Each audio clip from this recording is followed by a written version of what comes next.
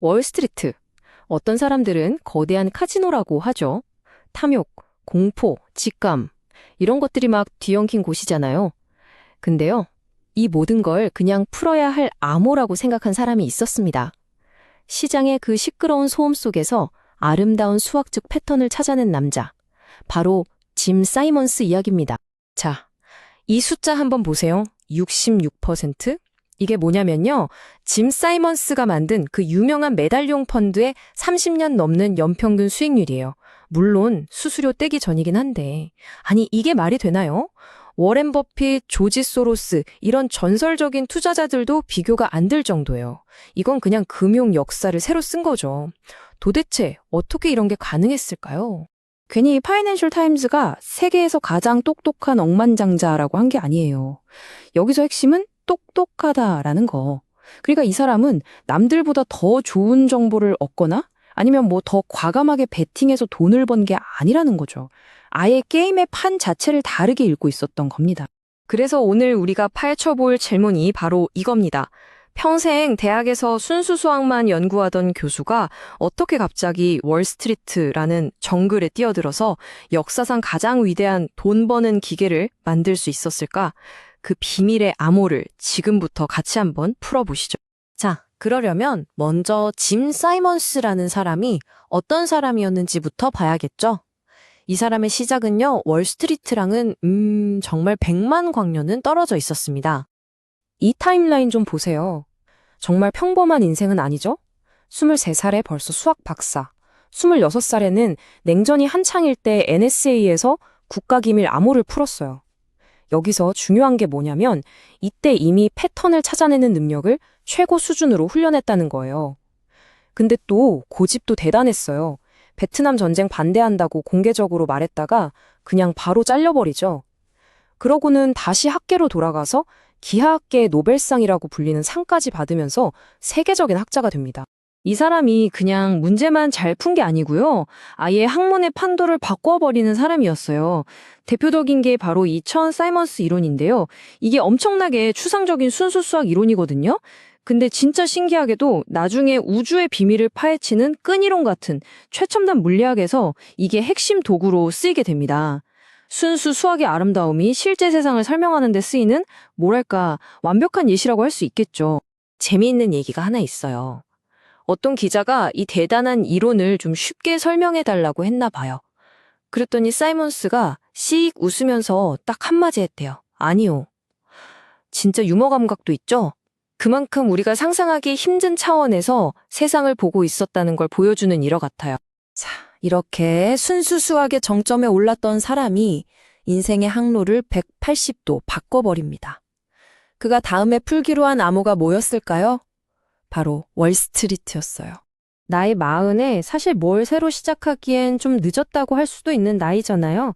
근데 모든 걸 내려놓고 금융시장이라는 완전히 새로운 세계에 뛰어든 겁니다. 대부분의 사람들은 시장이 비이성적이고 예측 불가능하다고 생각했는데 사이먼스는 이걸 그냥 세상에서 제일 크고 재밌는 데이터 퍼즐로 본 거죠. 그때 월스트리트가 일하던 방식이랑 사이먼스가 하려던 걸 비교해보면 이게 얼마나 혁명적인지 딱 감이 와요. 왼쪽, 이게 우리가 보통 아는 월스트리트죠. 기업 실적 보고서 뒤지고 뉴스 따라다니고 베테랑 투자자의 직감에 의존하는 거예요. 근데 사이먼스는 이걸 그냥 다 쓰레기통에 던져버렸어요.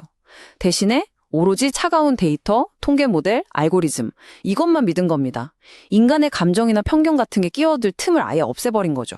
바로 이 말 한마디가 사이먼스의 모든 철학을 보여줍니다. 겉보기엔 원전 혼돈 같아도 시장 안에는 반드시 통계적으로 의미 있는 패턴이 숨어 있다. 이걸 믿은 거죠. 마치 복잡한 암호문 안에 어떤 규칙이 숨어 있는 것처럼요. 그래서 그의 목표는 딱 하나였어요. 그 패턴을 찾아내는 것. 그게 전부였습니다. 좋아요. 그럼 도대체 어떻게 아무도 못 보던 그 패턴을 찾아냈을까요?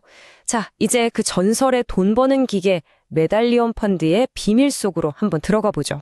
르네상스의 성공 비법은요, 한마디로 월스트리트랑 반대로 하기였어요. 우선 월가 출신은 거의 안 뽑았어요. 대신에 천문학자, 언어학자, 컴퓨터 과학자, 이런 진짜 똑똑한 과학자들만 모은 거예요.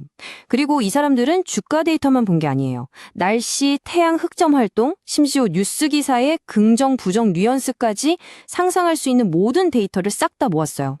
그리고 이 엄청난 데이터 속에서 사람 눈으로는 절대 못 찾는 아주 미세한 신호, 그러니까 패턴을 머신러닝으로 찾아낸 거죠. 그리고 제일 중요한 거, 이 모든 모델은 핵무기 기밀처럼 아주 철저하게 비밀로 지켰습니다. 그 결과가 바로 이겁니다. 진짜 말이 안 나오죠? 아니, 44%라는 어마어마한 성과 수수료를 떼고도 투자자들한테 연평균 39%를 돌려줬다는 거예요.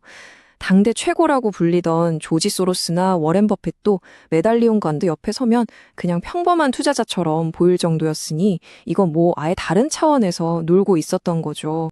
근데요, 여기서 진짜 기가 막힌 반전이 하나 있어요. 인류 역사상 최고의 투자 기계라고 불리는 이 펀드의 승률이 고작 50.75%였다는 겁니다. 이게 뭐예요? 거의 동전 던지기랑 비슷한 거잖아요. 아니, 이기고 지는 게 거의 반반인데 어떻게 그런 말도 안 되는 돈을 벌 수가 있었을까요?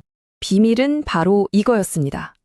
성공은 한방 크게가 아니라 아주 작은 우위의 무한 반복에 있었던 거죠. 우리 카지노 생각해보면 쉬워요. 룰렛 게임에서 카지노가 아주 살짝 유리하잖아요. 그걸 수백만 번 반복하니까 결국 돈을 버는 거죠. 똑같아요. 메달리온 펀드는 이 50.75%라는 아주 미세한 우위를 가지고 컴퓨터로 하루에도 수백만 번씩 거래를 돌린 겁니다. 그렇게 작은 이익들이 계속 쌓이고 쌓여서 눈덩이처럼 불어나 아무도 따라올 수 없는 거대한 수익이 된 거예요. 이 사람들의 자신감이 어디서 드러나냐면 바로 이 수수료를 보면 알 수 있어요. 보통 업계 평균이 2&20, 그러니까 운용보수 2%에 성과보수 20%거든요. 근데 메달리온은 5&44를 받았어요. 운용보수 5%에 성과보수 44%. 이건 뭐 거의 뺏어가는 수준이죠. 근데 이게 그냥 수수료가 아니었던 거예요. 우리 펀드에 들어오려면 이 정도는 내야 한다는 입장료 같은 거였죠. 그런데도 투자자들은 돈 싸들고 와서 제발 받아달라고 줄 섰습니다. 월스트리트를 정복한 남자, 짐 사이먼스. 하지만 인생은 돈이 전부가 아니었죠. 어마어마한 부를 이룬 뒤에 그는 개인적인 비극을 겪으면서 인생의 또 다른 전환점을 맞이하게 됩니다. 이제 돈을 버는 법이 아니라 돈을 어떻게 쓸 것인가라는 훨씬 더 어려운 문제와 마주하게 된 거죠. 안타깝게도 그는 두 아들을 사고로 먼저 떠나보내는 아버지로서 정말 감당하기 힘든 고통을 겪게 됩니다. 세상의 모든 패턴을 읽어내던 그였지만 이런 삶의 예측 불가능한 비극 앞에서는 속수무책이었죠. 어쩌면 이 깊은 상실감이 그의 눈을 돈 너머의 세상, 더 큰 문제들로 향하게 만들었는지도 모릅니다. 그는 사이먼스 재단을 만들어서 수십억 달러, 그러니까 수조 원을 기부하면서 인류의 미래에 투자하기 시작하는데요. 근데 돈 쓰는 방식도 딱 사이먼스다웠어요. 그냥 여기저기 돈을 뿌리는 게 아니라 자신의 성공 공식이었던 기초과학과 똑똑한 인재에 집중 투자한 겁니다. 뛰어난 수학, 과학 선생님들을 지원하고 당장은 돈이 안 될 것 같은 순수 과학 연구를 후원하면서 미래를 위한 씨앗을 뿌린 거죠. 이 말 한마디가 짐 사이먼스 인생을 정말 완벽하게 요약해 주는 것 같아요. 수학은 아름답다. 이건 순수 학문에 대한 그의 평생에 걸친 사랑이었고요. 그리고 효과가 있다. 이건 그 아름다운 수학이 월스트리트를 정복하고 나아가 세상을 바꾸는 가장 강력한 무기가 될 수 있다는 걸 스스로 증명해 보인 자신감이었죠. 결국 짐 사이먼스의 이야기는 우리에게 이런 질문을 던집니다. 그가 금융시장을 완전히 다른 시각으로 보고 해법을 찾았잖아요.